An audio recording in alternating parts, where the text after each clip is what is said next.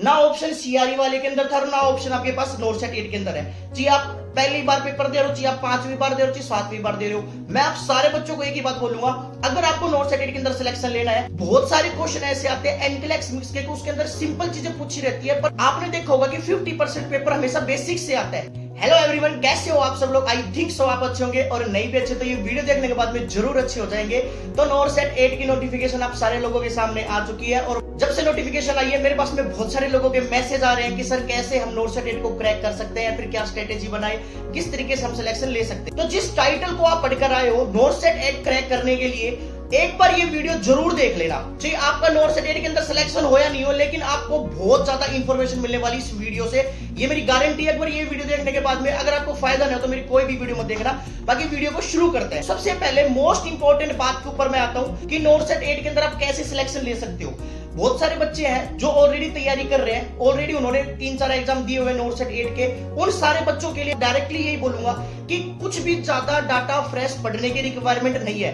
मैं फिर कह रहा हूं, अगर नोट सेट 8 क्रैक करना है आप सारे लोगों के लिए टाइम के अंदर, और आपको बस एक ही चीज के ऊपर फोकस कर रहे हैं, जो ऑलरेडी नोट सेट तैयारी कर चुके हैं या फिर दे चुके हैं या फिर 2-3 एग्जाम दिए उन्होंने, तो उन सारे बच्चों के लिए मैं ये बोलूंगा कि ज्यादा फ्रेश डाटा पढ़ने की रिक्वायरमेंट नहीं है। जो ऑलरेडी आपने डाटा पढ़ा हुआ है उसको इतना स्पेसिफिक बना लीजिए कि उसके अंदर से कोई भी क्वेश्चन आता है आपको नोट सेट 8 के अंदर, डैम श्योर आप सही करके आओगे। बस आपको प्रैक्टिस सबसे मोस्ट इंपॉर्टेंट है। ये बात उन बच्चों के लिए जो ऑलरेडी 2-3 बार पेपर दे चुके हैं और कुछ नंबर से रहे हैं, और जो गलती आपने रिपीट की है लास्ट एग्जाम के अंदर, बस उसको रिपीट मत करना। और जो बच्चे अभी फ्रेशली बाहर आए हैं, जिनकी अभी बीएससी नर्सिंग कंप्लीट हुई है, जीएनएम कंप्लीट हुई है, या फिर आपका जो भी कोर्स कंप्लीट हुआ है और आप एलिजिबल हो नोट सेट 8 के लिए, उन सारे बच्चों के लिए मैं ये बोलूंगा कि जो बेसिक्स है, यानी कि देखो नोट सेट 7 का पेपर उठाते हो या आप नोट सेट 6 का पेपर उठाते हो, आपने देखा होगा कि 50% पेपर हमेशा बेसिक्स से आता है। तो देखो बेसिक्स का मतलब ये होता है कि बहुत सारी चीजें ऐसी होती है जो आपको बेसिक चीजें इंप्लीमेंट करनी होती है उस क्वेश्चन के अंदर, तो चीजें ऑटोमेटिकली रिजल्ट निकल जाता है। बहुत सारे क्वेश्चन ऐसे आते हैं एनक्लेक्स मिक्स के, उसके अंदर सिंपल चीजें पूछी रहती है, पर इतनी सारी इंफॉर्मेशन डाल के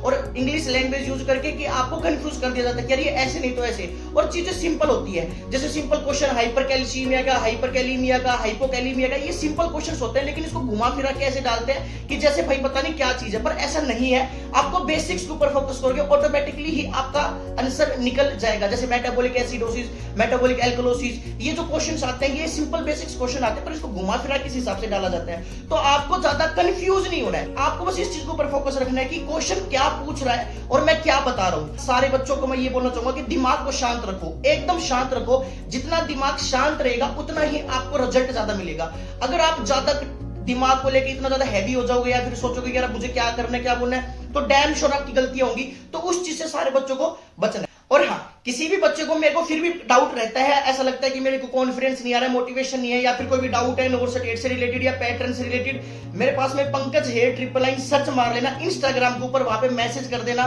फॉलो कर सकते हो, बात कर सकते हो मेरे से। अगले 1.5 से 2 महीने तक, जब तक आपका नोट सेट 8 का एग्जाम नहीं आता, मैं कोशिश करूंगा सारे बच्चों का रिप्लाई करने की। बहुत सारे मैसेज आते हैं मेरे पास में कि रिप्लाई नहीं करते सर आप, ये नहीं है वो नहीं, बहुत सारे मैसेज आते रहते हैं भाई, इतने सारे मैसेज आते हैं तो मैं रिप्लाई नहीं कर पाता हूं। लेकिन अब मैं कोशिश करूंगा कि जब तक आपका नोट सेट 8 का एग्जाम नहीं है, मैं सारे बच्चों का रिप्लाई करूं, जो भी आपके डाउट्स है वो मैं क्लियर करूं। और बाकी इसके अलावा कंटिन्यूटी रखनी है डेली बेसिस के ऊपर। अगर आप 5 घंटे भी पढ़ते हो या 8 घंटे भी पढ़ते हो या 10 घंटे भी पढ़ते हो, पर आपको डेली बेसिस पे पढ़ना है, रेगुलरली पढ़ना है, और एक एकांत माहौल के अंदर पढ़ना है। जब तक आपका पेपर नहीं होता, जब तक आपके पास में आपका जो रिजल्ट है वो नहीं मिलता है, तब तक आप पूरी दुनिया से कनेक्शन बंद कर दो। जी आप पहली बार पेपर दे रहे हो, जी आप 5वीं बार दे रहे हो, जी 7वीं बार दे रहे हो, मैं आप सारे बच्चों को एक ही बात बोलूंगा, अगर आपको नोट सेट 8 के अंदर सिलेक्शन लेना है तो ये चीज इंप्लीमेंट कर लेना कि सब किसी से कनेक्शन छोड़ दो। हर 2 महीने में क्या होगा, 4 महीने में क्या होगा, देख लेंगे बाद में क्या होगा क्या नहीं। मेरा अपना जो मेन फोकस है वो है पेपर पे फोकस करते रहे, रिजल्ट ऑटोमेटिकली ही आपको मिलेगा। अगर आप सब कुछ दुनिया को छोड़ के और बाकी इसके अलावा अपने रिजल्ट के ऊपर फोकस करोगे, आपकी मेहनत के ऊपर फोकस करोगे, कंसिस्टेंसी के ऊपर फोकस करोगे, कंटिन्यूटी मेंटेन करेंगे, डेली बेसिस के ऊपर एमसीक्यू निकालेंगे, डैम श्योर आपका सिलेक्शन होगा। तैयारी से याद आया, एक बात और याद आ रही मुझे कि मेडिकल साइंस ने ऑलरेडी टेस्ट सीरीज लॉन्च कर दिया लक्ष्य नाम से, एक बार जरूर लेकर देखना। ओनली 149 रुपीज के अंदर टेस्ट सीरीज डाली हुई है, एक बार जरूर लेकर देखना। बहुत सारे क्वेश्चन देखेंगे, हर क्वेश्चन का रैशनल दिया हुआ है वहां पे, एनक्लेक्स मिक्स क्वेश्चन है, इमेज बेस्ड क्वेश्चन है, एक बार जरूर लेकर देखने।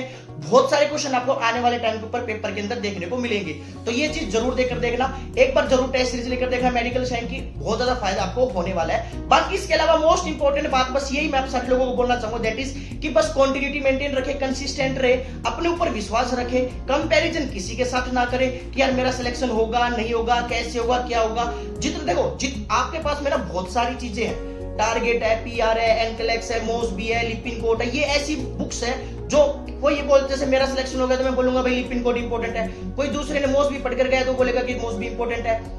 आप अपने ऊपर विश्वास रखें। आपने पेपर दिया होगा पहले और आपने देखा होगा कि यार भाई मैं टारगेट पढ़ के आया हूं, तो टारगेट पढ़ने से मेरे को इतने सारे क्वेश्चन सोल्व हुए तो मेरा इस बार तो डैम श्योर सिलेक्शन हो जाएगा। आपको ऐसा लगता है कि यार मैं टारगेट पढ़ के आया और मेरे को इसमें पेपर में आता पता भी नहीं लगा, तो फिर आप एनक्लेक्स की तरफ जाइए, लिपिन कोड की तरफ जाइए, फिर और अदर बुक्स की तरफ जाइए जो इंपॉर्टेंट है। अपने आप को देखिए, मोस्ट इंपॉर्टेंट चीज है अपने आप को देखिए। अपना आप को देखोगे तो डैम श्योर सिलेक्शन होगा। कंपैरिजन ना करें किसी के साथ भी। अभी सीआरई का एग्जाम लगा था तो सीआरई के अंदर बहुत सारे बच्चों को ऐसा पेपर आ गया सामने कि यार सारे सर टीबी के पूछ लिए क्वेश्चन, एचआईवी के क्वेश्चन पूछ लिए। तो देखो ये चीजें कभी भी किसी के साथ भी हो सकती है। आप बिल्कुल दिमाग के अंदर छोड़ दीजिए कि सीआरई ने क्या पूछा मेरे से, या उस वाले एग्जाम के अंदर मेरे कितने नंबर से रह गया, किस में कितने नंबर से रह गया। अगर आप अपने ऊपर फोकस करोगे ना, आने वाले एग्जाम के ऊपर फोकस करोगे, डैम श्योर सिलेक्शन होगा। आप यूं बिल्कुल मत सोचे कि सीआरई ने कितने क्वेश्चन गलत करोगे मेरे, या उसका क्या रिजल्ट आएगा, या क्या पता भाई दोबारा से ऐसे एचआईवी के टीबी के क्वेश्चन आप पूछ ले।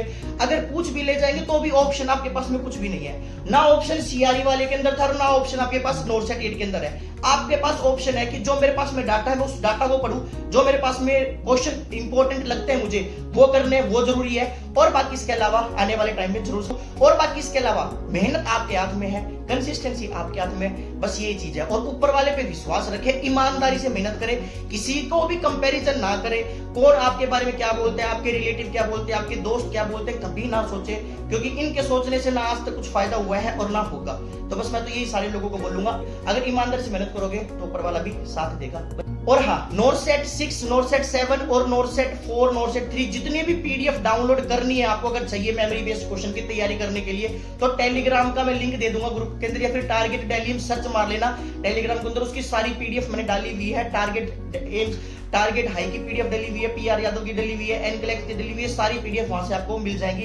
एक बार जरूर कर लेना। और मेडिकल साइंस की एप्लीकेशन को प्ले स्टोर से सर्च मार लेना, वहां पे आपको सारा डाटा मिल जाएगा। एक बार जरूर लेकर देखना, फायदा बहुत होगा आपको आने वाले टाइम के अंदर। तो ये सारा सब पूछता इस वीडियो के अंदर। वीडियो अच्छी लगे तो लाइक जरूर कर देना, चैनल को जरूर सब्सक्राइब करके जाना। बाकी मिलते हैं नेक्स्ट मोटिवेशनल वीडियो में, तब तक के लिए खुश रहे, माँ बाप का नाम रोशन करते रहे। जय हिंद, जय भारत और जय भोलेनाथ।